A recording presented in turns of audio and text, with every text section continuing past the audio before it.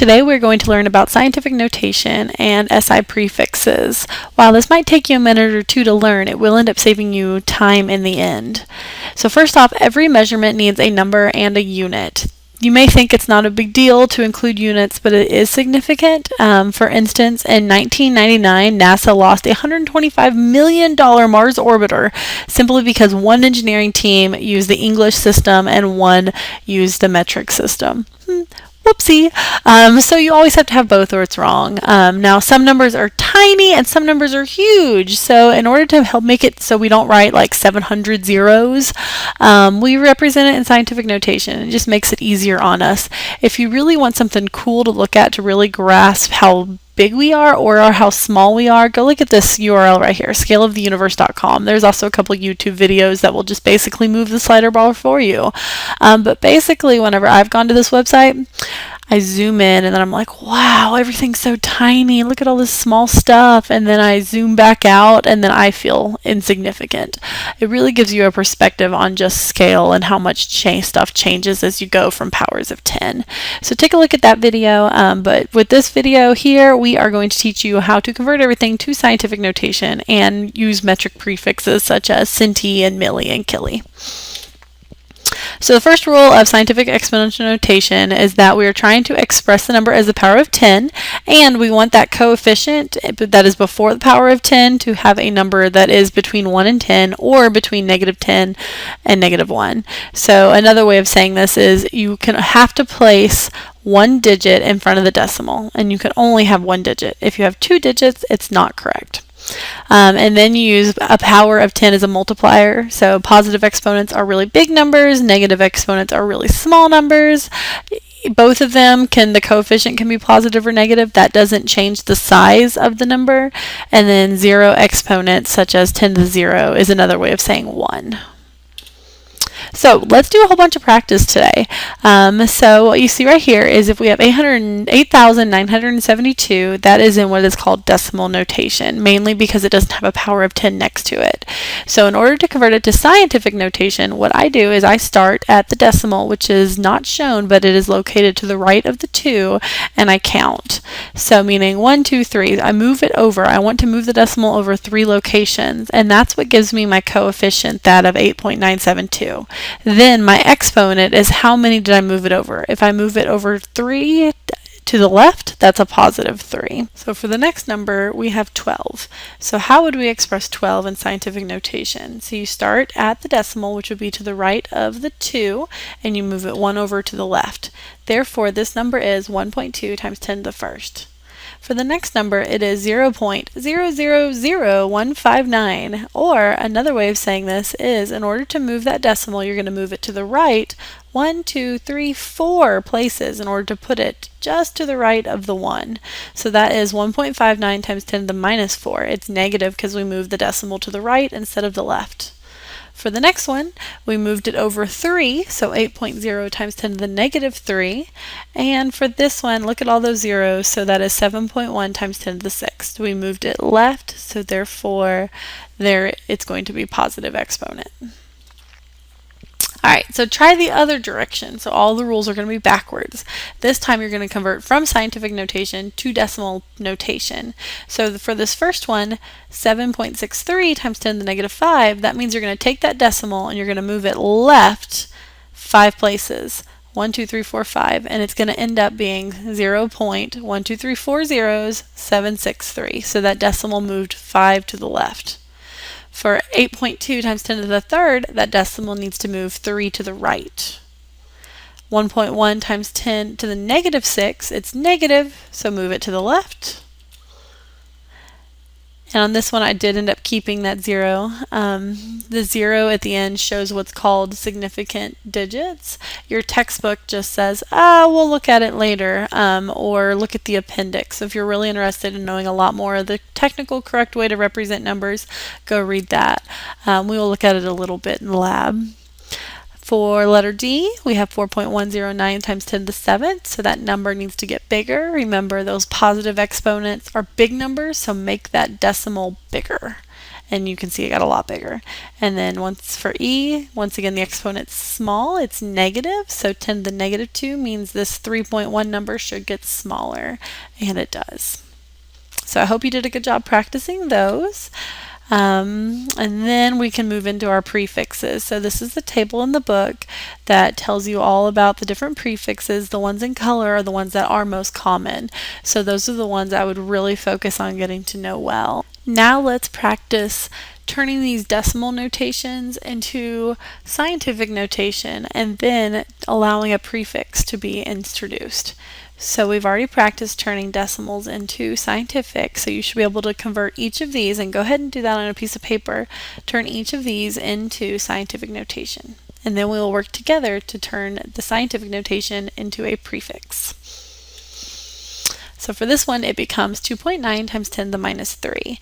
Now if we look on our chart on the previous page, 10 to the minus 3 is the same thing here as saying milli. So we can just directly substitute in milli for 10 to the minus 3, and milli is represented by a lowercase m. So this becomes 2.9 milligrams, and instead of writing 10 to the minus 3, you just write milli. For this next one, 8.27 times 10 to the third. 10 to the third can be substituted with the prefix killi to become 8.27 kilograms. For this next one, it is 1.1 times 10 to the minus 2 meters. 10 to the minus 2 is centi, so we replace that with centi to become centimeters. For this one, it is 3.5 times 10 to the minus 5 grams. Now notice there was nothing on the chart. So sometimes your book will ask you to do things such as change that negative 5, represent it not in like correct scientific notation form, because notice that 35, there are 2 digits, and you're not supposed to have 2 digits on the other side of the decimal. You're only supposed to have 1. But in doing it this way, you're able to represent it with a prefix, because now you can substitute in 10 to the minus 6 for micro, and it becomes 35 micrograms. You could have also gone the other way, where you went to 10 to the minus 3 and represented it as milligrams, and it just would have been, what, 0.035 milligrams, and so that's another way of doing it. So with this last one, it's a big number, small number, lots of zeros though, so that becomes 7 times 10 to the minus 9, which is the same thing as saying nanometers. Alright, so now it's going the opposite way. So now just replace each of the prefixes here with the power of 10. Feel free to stop the video and then check your work. So 8.9 times 10 to the minus 3 is milli, killi is 10 to the third, centi is 10 to the minus 2, and micro is 10 to the negative 6. Alright, now we're going to switch over to unit conversions. So this is a method that we're going to use so often in chemistry calculations. Basically relies on the idea that every conversion factor, which is what you see down here, these are considered conversion factors. They are equal to 1, and the reason for that is the numerator, the part on top of the fraction, is equivalent to the denominator, which is the part on the bottom of the fraction. So in this conversion factor, 1 pound is equal to 554 grams. That being said, that's why it doesn't matter which one you write on top. You can either write it as 1 pound over 454 grams, or you can swap it up. How you decide which one you need is you're trying to get what's called your units to cancel, and we will see that illustrated in this next example. So in figure 1.4 in the textbook, astronaut Harrison Schmitt is said to weigh 180 pounds on Earth, and his moon suit is said to weigh the same amount. So it's assumed that his mass in pounds is 180. So this question is simply asking us to take those 180 pounds and convert that into grams.